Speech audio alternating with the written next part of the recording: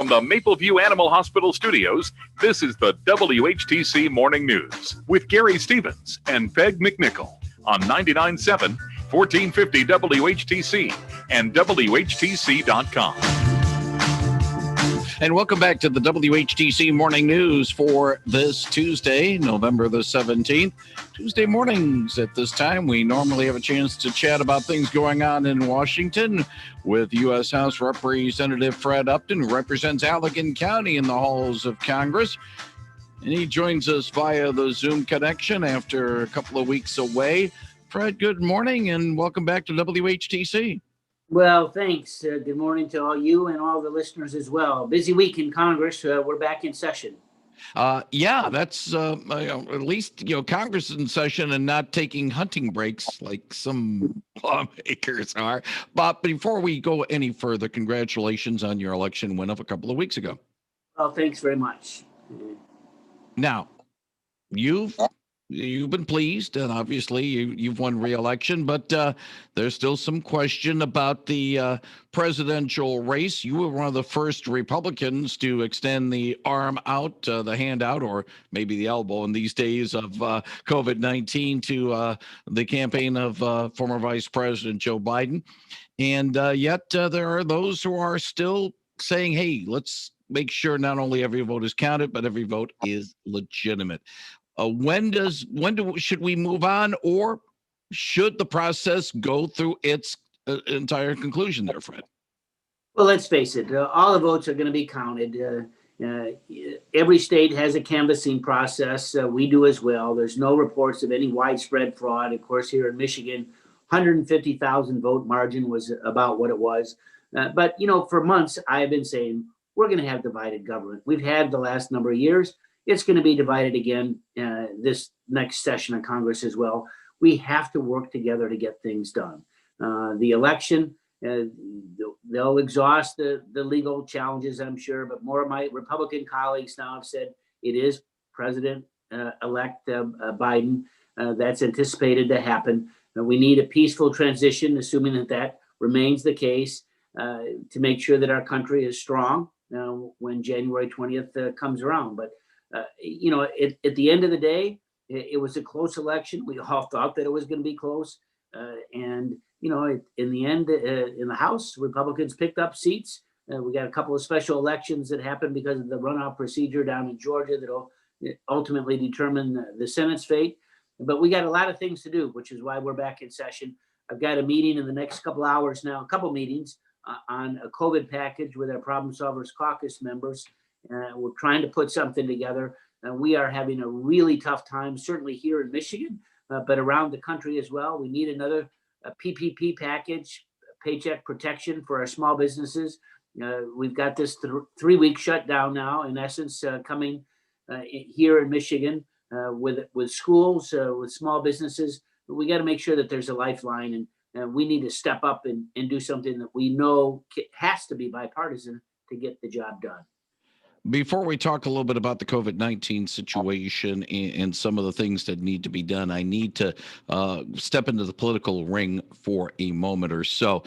Fred, talk a little bit about these the actions that's being done by the administration to not move forward, as some would say, try to make sure that the election is above board. There are some who say that this ongoing battle hurts the credibility of the GOP moving forward. There are others who are saying this ongoing battle really sets up the stage for maybe 2022, if not 2024, to show that, hey, the Republicans were not giving up when perhaps there could have been a situation like that. Politically, how do we stand on this in terms of the Republican Party? Does it hurt the credibility, or is it more of a case of showing the fightingness of the party, fighting to the bitter end, as they say? Well, I'll just say that there's always the canvass process to make sure that the counting in every precinct and township was correct. Often you've got maybe an error of a couple here or there, maybe a couple ballots that are challenged that are considered provisional ballots. Of course, every state's a little bit different. Here in Michigan, we real surge in absentee voters. But again, our process is different than other states. You actually have to, local election folks verify your address, your date of birth, your signature before they send you the ballot. They verify it again once they receive it. It's then counted. The ballots are preserved, so that if there is a recount that has to happen, that process always takes a couple of weeks. The Electoral College doesn't vote until December 8th. So these legal challenges for sure will be exhausted by then. So far, at least what I've seen, there's been no, there's heavy penalties, as there should be, for voter fraud. I think here in Michigan, it's a couple $1,000 fine, and maybe some jail time as well, depending upon how widespread it might be. But there's been no evidence of that. So let's let the process move forward. But in the meantime, one of the things that our country is known for is that when you do have a change of the head of the state, it's a peaceful transition. Hopefully it's what we call seamless. It's important that the next president, whether it be in 20 or whether it be in 24 or 28, has access to secret information, to the classified briefings. Huge challenges before us. Right now in terms of troop strength, whether it be in Iraq, Afghanistan, obviously the COVID package, putting together a team of folks that can advise the president and all the different agencies. Already one of my colleagues has been tapped, Cedric Richmond, really good fellow from down south. He'll be an able representative working at the White House. That team has to be assembled because when January 20th comes, bingo, it's a whole new ballgame. We're talking with Congressman Fred Upton, and Mr. Biden mentioned yesterday a very dark winter if there is no coronavirus relief package forthcoming. There are those who say, yes, there should be a relief package, but not with a lot of strings or a lot of excess baggage that might not be related to relief, but it's more of a case of getting one's agenda into the fore and sort of make it like a Trojan horse. You've been working at it with the problem solvers in the House. Can we see something soon on this, or is this a case of we're going to have to wait until January and a new Congress?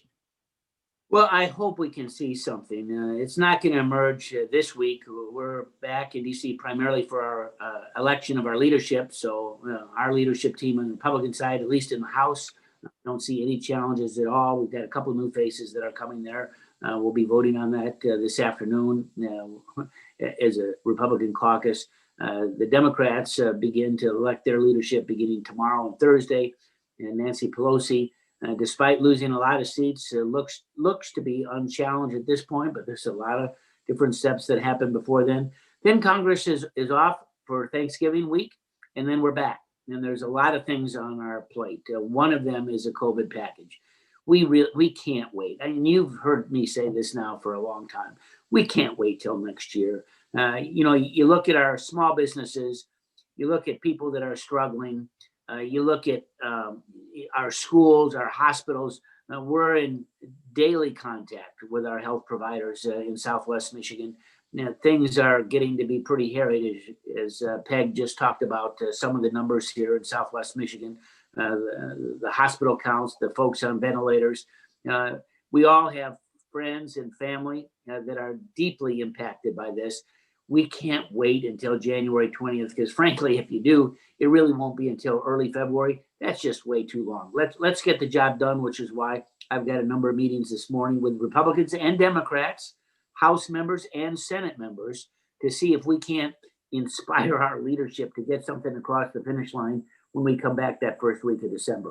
And finally, obviously, your contacts with Pfizer is one thing, and you had to be pleased about the announcement last week by Pfizer about a vaccine. Now Moderna's come in, and they're saying theirs is even better than Pfizer's. It can be handled a little bit differently. Now, granted, it's not the ivory soap 99 and 44/100%, sure, but still, there's some hope. The problem is, though, if that is the case, when does it get to the general public? And that even if it can be produced by the end of the year, we're still looking at 2021 before the first major vaccines are distributed out. Well, you're right. And again, for people that have been reading my kitchen table report, and I know that you have been really since April, I didn't do one last night, but I hope to do one yet this week, depending on how long we're in session these next couple of nights. It wasn't until after 8 o'clock that I got home last night from votes. But, I've been saying all along, I've been very excited about what Pfizer had in the pipeline. They still intend to have 40 million doses available before the end of the year. Great news by Moderna. 20 million doses. They're going to be doing almost 20 million a month when it begins in 21. But you got some other companies as well, AstraZeneca, Johnson & Johnson. We are going to have a vaccine for this. It's going to take a little while to get there. Obviously, it had to go through all the safety hurdles and precautions, which they have. Now the big focus, of course, is how does it get distributed? How do we get it to the neediest persons first? And probably healthcare providers are number one, is particularly as we look at staffing levels at all of our hospitals around. How is that going to happen? We're trying to find out the details. That, again, is one of the hurdles in this whole transition issue between the Biden team and the Trump team now. What are those plans?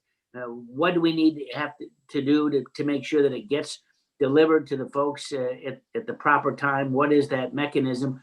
All those issues have to be resolved, have to become public before this thing gets moving along. But we're seeing progress, something that is most welcome. Indeed, it is something that we are all looking forward to as well. He is Congressman Fred Upton. He joins us on Tuesday mornings to talk about some of the issues going on in Washington. That's where he is this morning. We appreciate him joining us today on our Zoom conversation. Fred, wish you and everyone with your staff and your family well, and let's do this all again next Tuesday morning. Sounds good to me. Thank you very much, Fred Upton on 99.7 and 1450 WHTC.